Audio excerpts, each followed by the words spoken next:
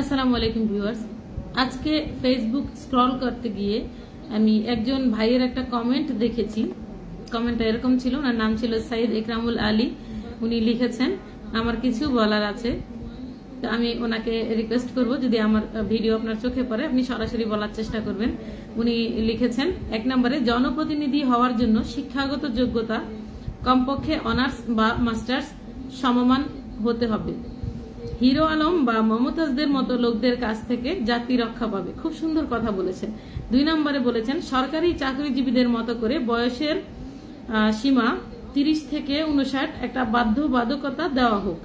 স্বাভাবিকভাবেই বয়সের সাথে সাথে কর্মক্ষমতা হ্রাস পায় এবং নতুন কিছু করার চিন্তা শক্তি হ্রাস পায় এবং তাতে করে তরুণ নেতৃত্ব উঠে আসবে। খুব সুন্দর কথা বলেছেন। আস্তে আস্তে মানুষের কিন্তু 30-এর পরের থেকেই কিন্তু একটা স্মৃতিশক্তিও লোপ পায়, আর তাদের চিন্তা শক্তি লোপ পায়, যে কারণে তারা হচ্ছে কপি পেস্ট পার্টি হয়ে যায়। তারা তাদের যে প্রধানমন্ত্রী যা নির্দেশ দিবেন তাতে অন্যায় দিলেও সেটা ওনারা করেন। তো সেক্ষেত্রে আসলে তরুণ নেতৃত্বের প্রয়োজন আছে।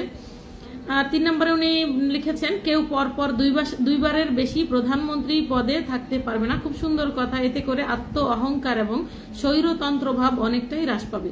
খুব সুন্দর লিখেছেন। এখনকার যুগের যে স্টুডেন্ট, উনিও একজন স্টুডেন্ট আমি দেখতে পাচ্ছি। তো এখনকার যারা স্টুডেন্ট, ওনাদের যে আমি সম্মান করছি, আমি সম্মানের সাথে বলছি যে আমার স্টুডেন্ট ভাইয়েরা যে নিত্য নতুন ওনাদের যে চিন্তা শক্তির বিকাশ, এই চিন্তা শক্তির বিকাশ আমার দেশকে ইনশাল্লাহ অনেক অনেক দূর এগিয়ে নিয়ে যাবে ইনশাল্লাহ। খুব সুন্দর করে বলেছেন যে হিরো আলম বা মমতাজদের মতো লোকদের কাছ থেকে জাতি রক্ষা পাবে।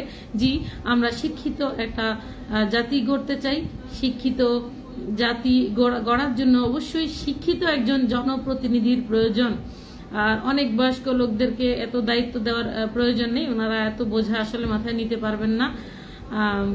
একজন সৎ ন্যায়পরায়ণ শাসক হতে হলে প্রথমত উনি শারীরিকভাবে সুস্থ এবং মানসিকভাবে স্টেবল হতে হবে। তো আমাদেরকে ওরকম খুঁজেই লোকদেরকে জনপ্রতিনিধি বানাতে হবে, সেটা প্রবাসী হোক, সেটা দেশে হোক। তো সবাই ভালো থাকবেন। এটা যদি আপনাদের কাছে আসলে এই ভাইয়ের কথাগুলি আপনাদের যদি ভালো লেগে থাকে, সাইদ ইকরামুল আলী, ওনার ফেসবুকটা আপনারা দেখবেন। আমার মনে হচ্ছে উনি আরো হয়তো পোস্ট দিয়েছেন, জানি না। খুব সুন্দর পোস্ট দিয়েছেন, আমার ভালো লেগেছে। ওনার কথাটা আপনাদের সামনে আমি হুবহু তুলে ধরলাম। আপনারা যারা আমার এই ভিডিওর সাথে একমত, এই ভাইয়ের কথার সাথে একমত, ভিডিওটি বেশি বেশি করে শেয়ার করবেন যাতে আমাদের ছাত্র ভাইদের কাছে পৌঁছায়।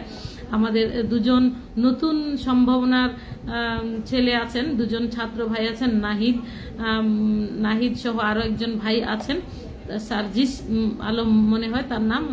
আমি বলবো যে আপনাদের দুজনের কাছেও রিকোয়েস্ট করছি, আপনারা ব্যাপারটা ভেবে দেখবেন। সবাই ভালো থাকবেন। আল্লাহ হাফেজ।